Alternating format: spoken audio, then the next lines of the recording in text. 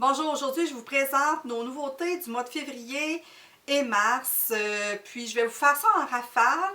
Et je veux vous dire par contre que les nouveautés de février et mars que j'ai déjà lues puis qui font l'objet d'une critique, qui seront dans le bilan, qui ont déjà été dans le bilan de février ou qui seront dans le bilan du mois de mars, je n'en parlerai pas dans cette vidéo-ci.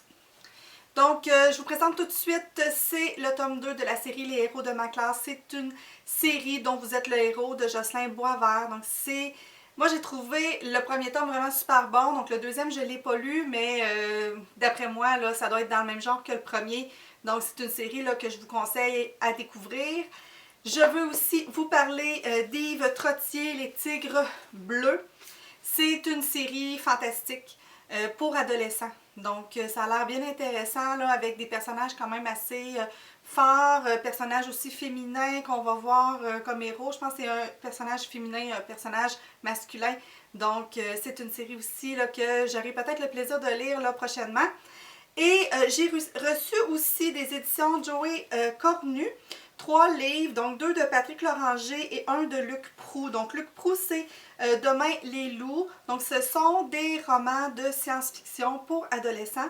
Et le deuxième et troisième, ce sont de Patrick Loranger. Donc on a ici, ça s'appelle L'affaire d'Écalypse. Et l'autre, c'est Le guide de Sacomar. Donc, c'est sûr que je vais en lire un des deux. Là. Je pense que ça va être lui que je vais lire parce que c'est le premier.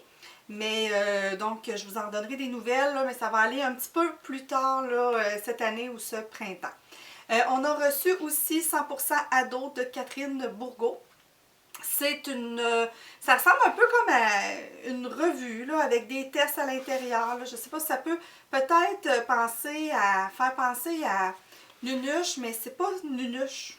C'est pas des niaiseries qui sont à l'intérieur. Donc, voilà, donc c'est une nouveauté aussi. On a reçu aussi plusieurs livres des éditions des Immortels, qui est une maison d'édition indépendante je pense que qui sont dans le Bas-Saint-Laurent, quelque chose comme ça. Donc, on a reçu le livre Priscilla Turcotte, Sébastien et Anna sur la Terre des dinosaures, qui est un roman jeunesse, là, je dirais à peu près 7-8 ans. On a reçu aussi plusieurs livres d'une petite collection pour les 6 ans et plus. Donc là, je vous les nommerai pas tous, là, mais vous voyez ici, il y en a plusieurs. Donc, ce sont des livres, là, je vous montre qu'il n'y a pas beaucoup de texte à l'intérieur. Ça à peu près une trentaine de pages chacun avec, je ne sais pas si vous voyez, mais c'est assez écrit assez gros à l'intérieur. Donc, on en a reçu donc 6 de cette collection-là. Et on a reçu aussi La quête du souffle des fées par Jocelyne Galland. Jocelyne Galland qui a été l'auteur du jour là, sur notre site, là, je me souviens plus quand, mais vous pouvez aller lire son entrevue là, qui a déjà été publiée sur le site là, plus tôt cette année. J'ai aussi reçu toujours des éditions des Immortels, mais cette fois-ci pour les adultes. Ça s'appelle L'île au secret de Karine Turcotte. Donc, c'est un autre livre de cette maison d'édition. Nous avons aussi reçu des éditions druides Emily Andrews, La séparation des corps.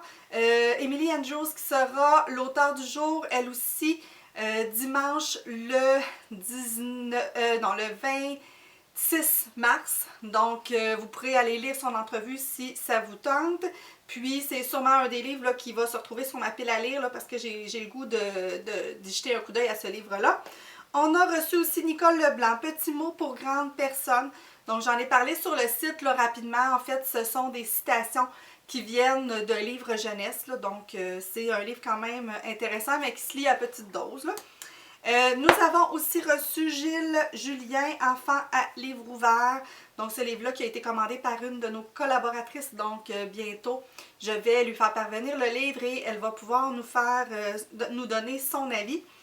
Nous avons aussi reçu un roman historique de Gilles Côte, La famille du lac, le tome 1, Fabie. Je ne savais pas que Gilles Côte écrivait aussi pour les adultes parce que j'ai souvent vu ses livres pour la jeunesse, entre autres aux éditions de la Paix, si je ne me trompe pas.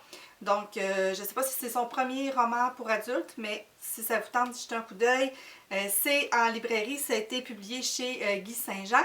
Et le dernier reçu, ça s'appelle Laisse tomber, il est sûrement gay de Sylvie Gay. C'est un roman chick lit que je lirai assurément une fin de semaine de beau temps ce printemps.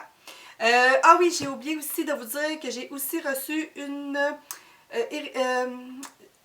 irrésistible envie de fuir de Catherine Bellemare aux éditions David. C'est un roman que j'ai reçu en format numérique que je lirai un peu plus tard là, vers l'été. Donc voilà, ça complète nos nouveautés des dernières semaines. Là. Donc on se retrouve très prochainement pour une autre capsule de pause lecture.